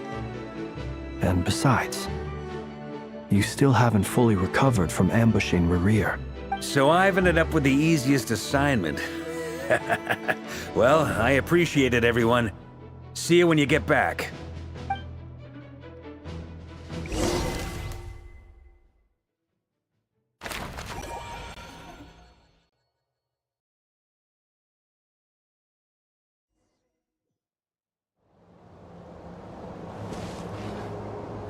Here, this will serve as a good spot to cross over. Arlecchino, hold up a second. Since you brought us all this way, would you mind telling us what you've got planned? We still haven't got the slightest idea what's going on here. And if even coolumbina doesn't know where the iridescent moon's marrow is, how do you? Simple. Because I am an inheritor of the royal bloodline of the Crimson Moon. And one of the last surviving embers of the Two Worlds' flames. Huh? Are you serious? As in, you're a descendant of that Crimson Moon dynasty we were just talking about? The one from ancient Conria? Your surprise is understandable. I was also taken aback when I first learned of it. But the more I thought about it, the more I realized the signs had been there all along. When I was young, I discovered I could wield a very special kind of fire. It coursed like blood through my veins. What's more, whenever I experienced strong bursts of emotion or drew too deeply on this power, it was like some kind of presence within the fire would begin to gnaw away at me, consuming me from the inside out. Exactly. That is why my hands are like this too. At first, I saw it only as a curse, but once I became a harbinger, the jester apprised me of the truth. Together with my own investigations over the past few years, there are several things that I have gradually come to understand. For instance, take the so-called Crimson Moon. In truth, it is nothing more than the shattered remnants of the iridescent moon, fused with the abyss to prolong its lifespan. Since this blood flame was bestowed upon me by the Crimson Moon, it is a fusion of the iridescent moon's former power and the corruption of the abyss. You all understand the nature of the abyss well enough. I draw upon its power, and in return, it hungers for my soul. If I recall correctly, you once told me that if the corruption ever made it to your heart, you'd become a completely different person. Yes, and that's the reason I'm always careful not to push my power too far. It's essentially a never-ending tug-of-war. Whew. Sounds intense. Anyway, the rest of my story can wait. Is there anything else about the Crimson Moon or the iridescent moon that you're unclear about? Paimon has a question. So, the Crimson Moon that the Carians used to worship was actually the iridescent moon, right? Which was one of the three moon sisters. Does that mean that the Carians were to the Crimson Moon as the Frost Moon Scions are to the Frost Moon? So much of that history has been lost. We have no way of knowing exactly what they were like. But I would suspect that the Conrians weren't as devout in their moon worship as it might appear. The iridescent moon's remains simply served as their link to the abyss. Later on, perhaps someone discovered a way to make direct contact with the abyss. Or maybe there was some kind of ideological divide. Either way, a dissenting faction staged a coup and drove out the royal heirs of the Crimson Moon dynasty. Still, even with the dark sun looming high overhead, the Crimson Moon's glow never truly faded. The first time we met, I sensed something familiar in your presence. When I looked at you, I felt I could see that mysterious red moon in the corner of my eye. Well, I appreciate that you kept it to yourself. Much about the Crimson Moon is still a mystery, and I'd prefer not to end up as the object of an insane research project. Anyway, time is against us here, so if there's any other questions, they'll have to wait. I just want to make sure I've got one thing straight. In her letter, Sandrone mentioned that since you are unable to contain the iridescent moon's marrow yourself, you intend to leave it in my custody. Correct? That's right. For now. It's the only way I can pay you back for your help. The iridescent moon is already part of who you are. So with its marrow in your possession, you'll be even more powerful than before. Deal. Then let's get started. Get what started? What does this place have to do with the Crimson Moon? When I first became a Harbinger, the Jester gave me a book called Paranhari, also known as Leobranto Innamorato. You should be able to buy a copy next time you're in Fontaine. It's a love story set in the Crimson Moon era. But setting aside the tangled romances of its characters, it also records a few interesting details. In the Crimson Moon era, or so the story goes, there was an orphanage that received children from beyond the bounds of this world, and subjected them to a peculiar induction ceremony. Beyond the bounds of this world? For real? And what kind of induction ceremony? The Crimson Moon sages looked beyond this world for beings with powers that surpassed the gods. But fearing they might lose control, they subjected these children to a process of refinement. They made these children crawl up a fireplace and kept asking them, "Have you died? Did you see it?" Until they finally admitted to having died and seen a crimson moon.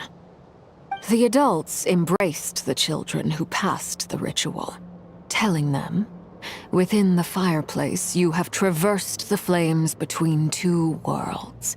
Here and now, you are born anew."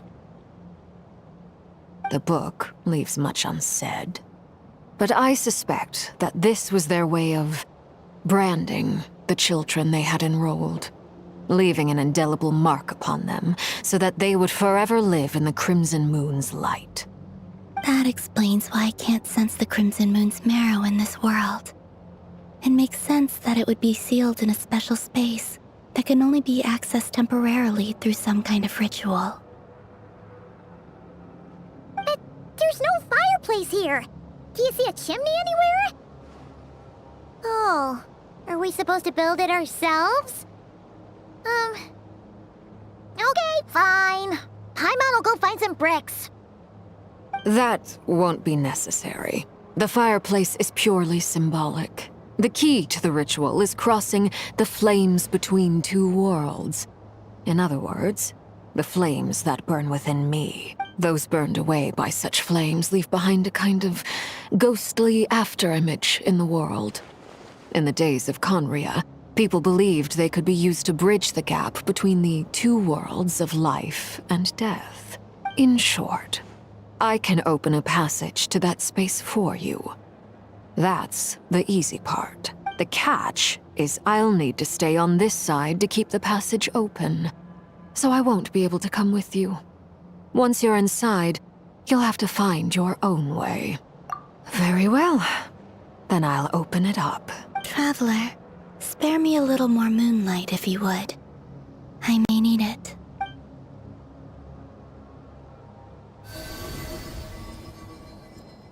Thank you. I feel like I've recovered some of my strength now.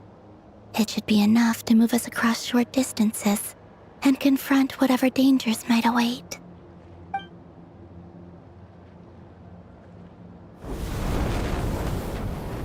Mistress of the seven hues of ages past, great mother of the present, crimson-clad sovereign of the two realms, by fire severed, by fire renewed, I offer myself now and beseech your descent.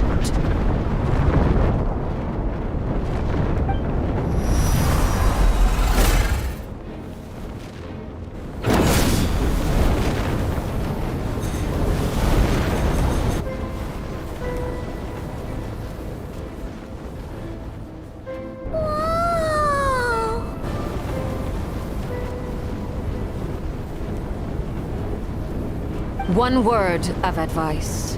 As you're crossing over, no matter what voices you hear, do not answer. Got it. I sense a sinister gloom inside, but also the familiar light of the moon.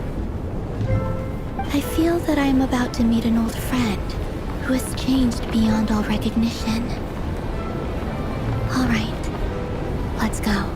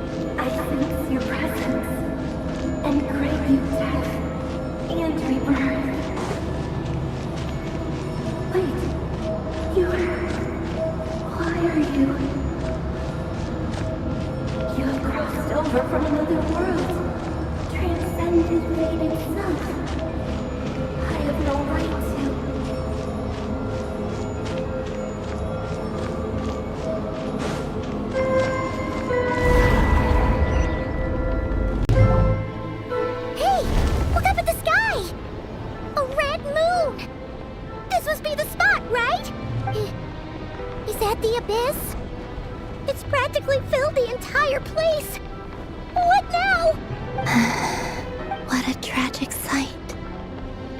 Fragments of your broken body, seized by the abyss, and hung up aloft like mummified remains. Iridescent moon. Was this truly what you wished for? Careful! There's something spooky about this place. Feels like something is lurking in the fog. Paimon's right behind you.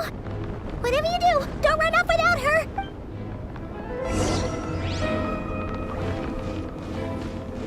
By the way, coolumbina, didn't you tell us that the iridescent moon had shattered into pieces? The moon up there looks pretty whole to Paimon. How is that possible?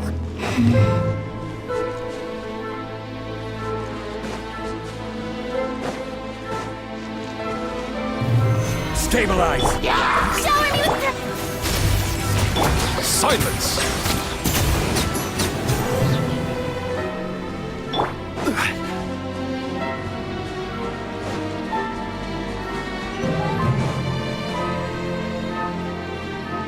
Just like I thought.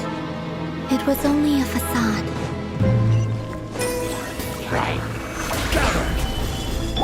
Strike a pose!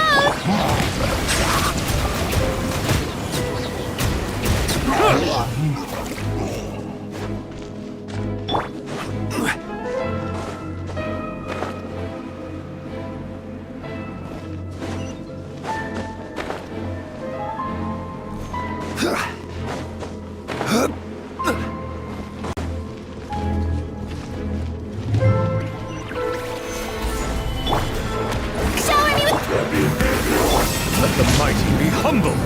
Bow your head.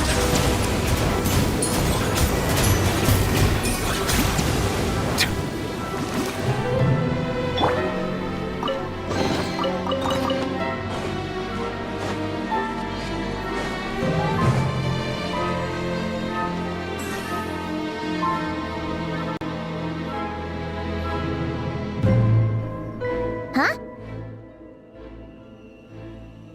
Huh? For real? That's way too high! There's no way we'll be able to reach it! No. I'm not sensing anything up there. It's coming from under the mountain. Let's see... Ah! There's some kind of weird shadow over the water! Wait, see that? Looks like a mechanism of some sort! Let's check it out!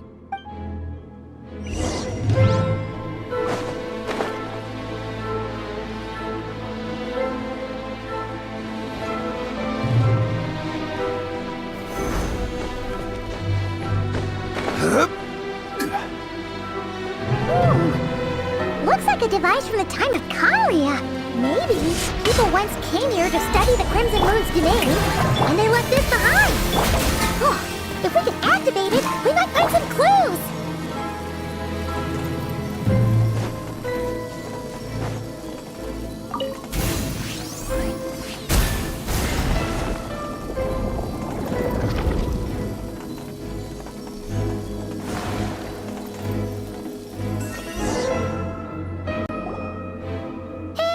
Look at that!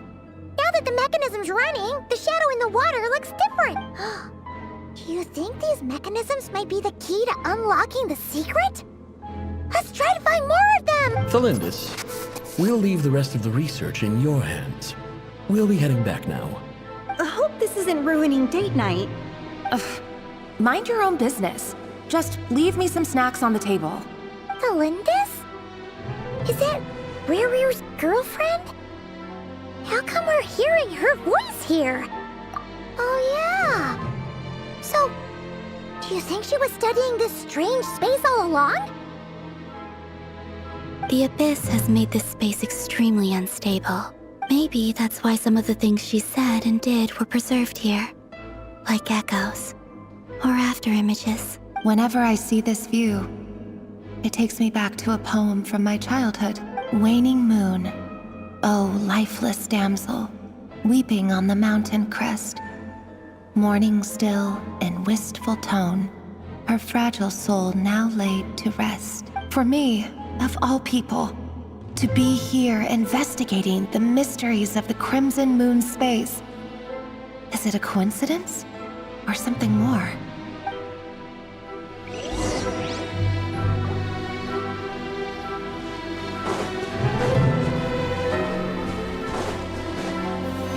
Stabilize! Strike pose!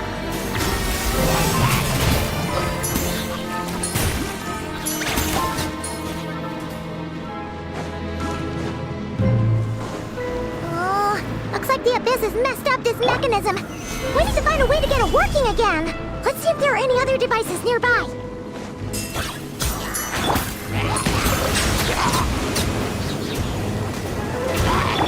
Shower me with trade! Off to the freezer! I will have order! Stabilize!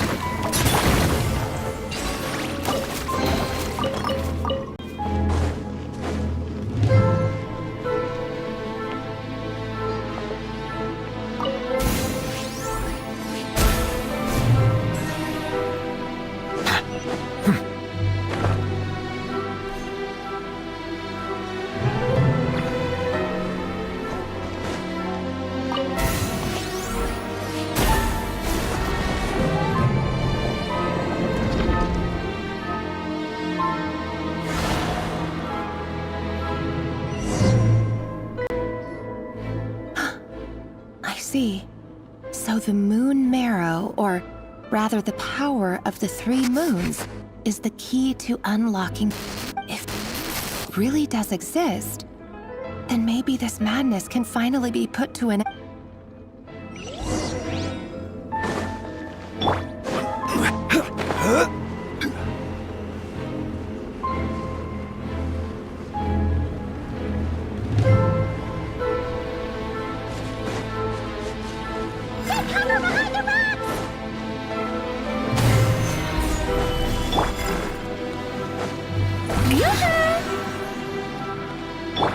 Adaptive frosting!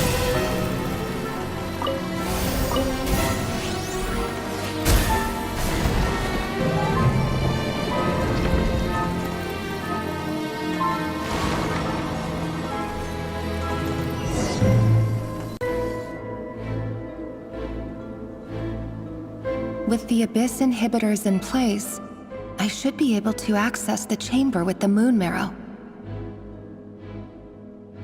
Oh, Rerir, with every step you take, you're drifting further from what you truly desire. But you're not the root of the problem. Ever since that outsider set foot in Conria, the Vinster King has sunken deeper into madness. If only I could get my hands on that outsider.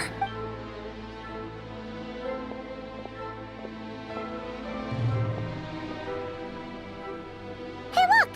The moon's reflection is back to normal! Belinda Genshin's voice mentioned a chamber with the moon marrow. Do you think maybe it's hidden in the moon's reflection? It must be. For within it, I sense the fragile aura of a dying soul. Then there's no time to lose! Let's go!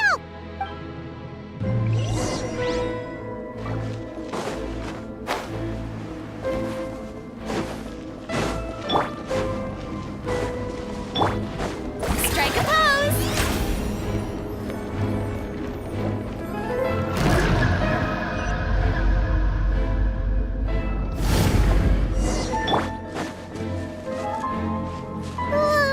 These things are so creepy! Looks like we'll have to destroy them if we want to get to the iridescent moon's marrow!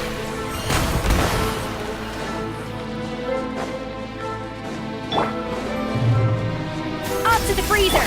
Settle down! There must be the iridescent moon's marrow! Oh, we'll need to destroy these things before we can reach it!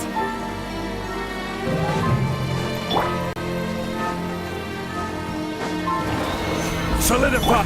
Showing me a little elusive! Be sanctified. Bow your head.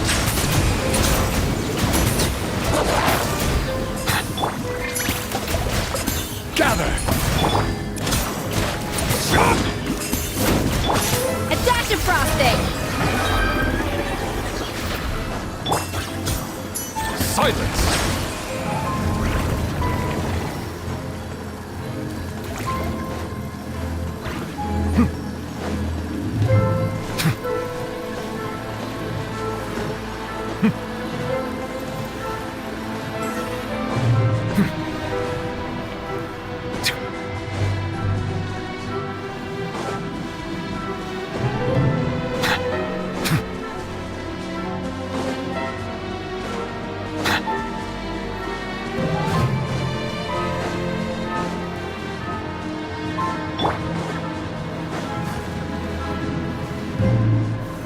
Solidify! Hang in there! We're so close!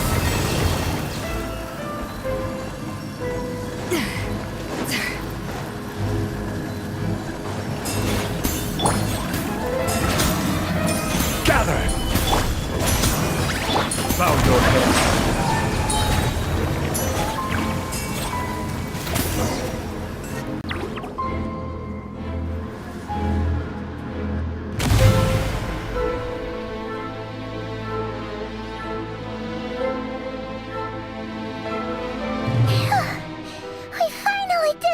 The iridescent moon's marrow, still burning away like an undying flame.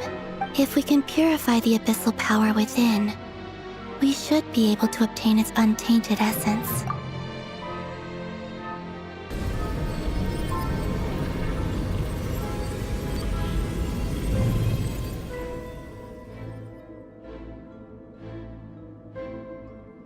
It's so cold. Is it you? Are you here? Huh? Are you talking to us? At long last, I can see you once more. Our fates have crossed, and I am finally free. I'm sorry, I lied to you. Even knowing what was to come, I still couldn't let go of the fear in my heart as death drew near. The moment the moon shattered, my body began to split apart piece by piece. Like I was being cut into pieces by 1,000 blunt blades. Tell me, what was it that brought you to us all that time ago? You look so puzzled. That's how I felt too when I first saw you. But trust me when I say that everything happens for a reason. Farewell, Hypo.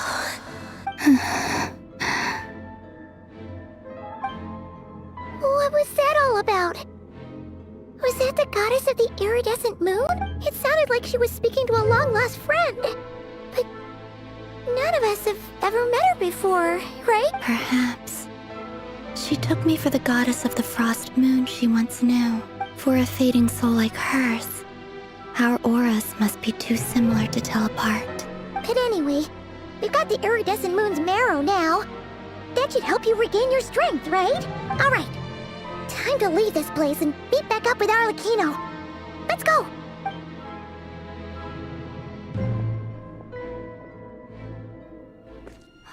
That's odd. This place looks different than when we came in. Waning moon, oh lifeless damsel.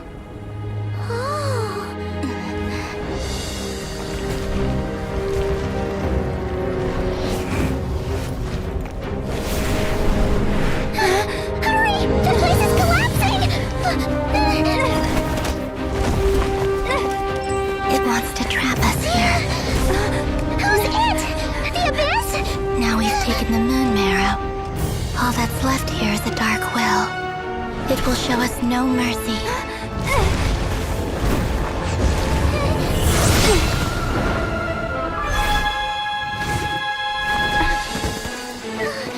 Give it back! The crimson moons! My marrow! My heart!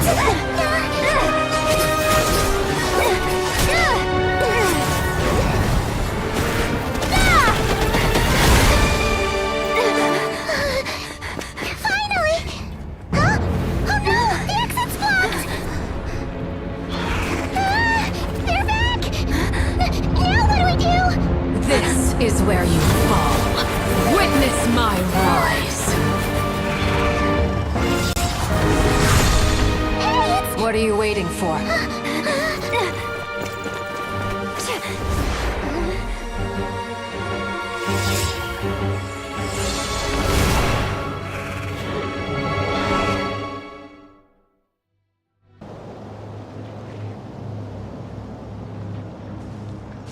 Oh, we made it! Was that you, Arlecchino? Did you save us? Wait, your hands! They're... Oh, this? Don't worry. It's a small price to pay. The Abyss wanted to trap you inside, and I defied its will by bringing you out. No wonder it's a little angry. No. I have paid the price, albeit a small one, and it cannot be undone. My hands have already fused with the Abyss. Purification would simply destroy whatever's left of them. But surely... Oh... We're so sorry, Arlecchino. Paimon can't believe you'd make a sacrifice like this for us. As much as I'd like to call it a favor, the truth is I was simply holding up my end of the deal. Well, Coolumbina. Yes, you did your part. And as promised, I will leave the iridescent moon's marrow in your care. From this day forth, may the two worlds' flames burn ever more brightly.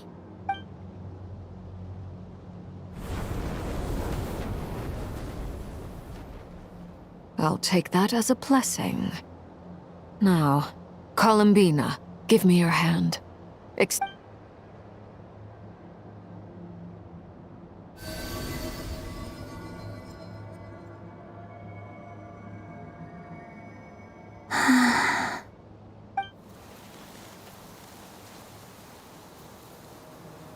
Feeling stronger?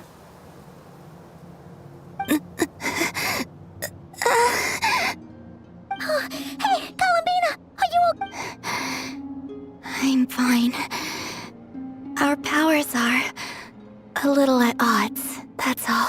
By the Frost Moon's authority alone, wielding the power of the other moons was always going to be a stretch. Still, I think it's fair to say that your strength has returned. At least to the level it was at as Third Harbinger. It's still not enough. There's no way I can hope to challenge Rerir like this. Just one more ray of moonlight, if you would. It's okay. I can take it.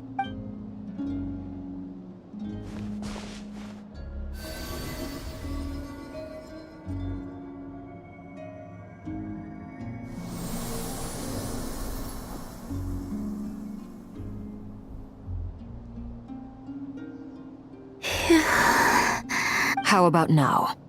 Fighting fit? At the very least, I won't have to stay hidden like before. I want to see him gone from Not Krai. The rerir of Solnari and his wild hunt must be sent back where they belong. Well, it's good to have something to aim for. You certainly seem more alive now than you did earlier. When I first met you, you didn't strike me as a ray of moonlight. More like a wisp of fog drifting in from who knows where, ready to scatter at the first sign of a breeze. But now, you're full of vitality. Just like the frost moon, once the brightest of them all. May you keep shining, coolumbina. This is who you are. Thank you. Look after yourself too, Arlecchino. I know you have plans of your own, and that's why you're always seeking to grow stronger. But whatever you're after, don't let the abyss take a hold of you. I do not wish to see you go down the same path as Rerir. I appreciate the concern, coolumbina. Although perhaps it's time you took a new name. A new name? Kutar, the Moon Maiden, Coolumbina, they're nothing more than code names. They describe who she is and the roles she's played, but they're not her real name. We often use code names in the House of the Hearth, too. But it's knowing your real name that keeps you grounded. Up till now, you've been living a wandering life, so you've probably never really cared. All I'll say is this. Once you've defeated Rerir, give it some thought. All right, that's it from me. I'll get you back safely first, then go meet up with Sandrone. You're the best! I appreciate the gesture. It speaks to your good character. Anyway, let's get going. There are more urgent things to do right now than trade compliments.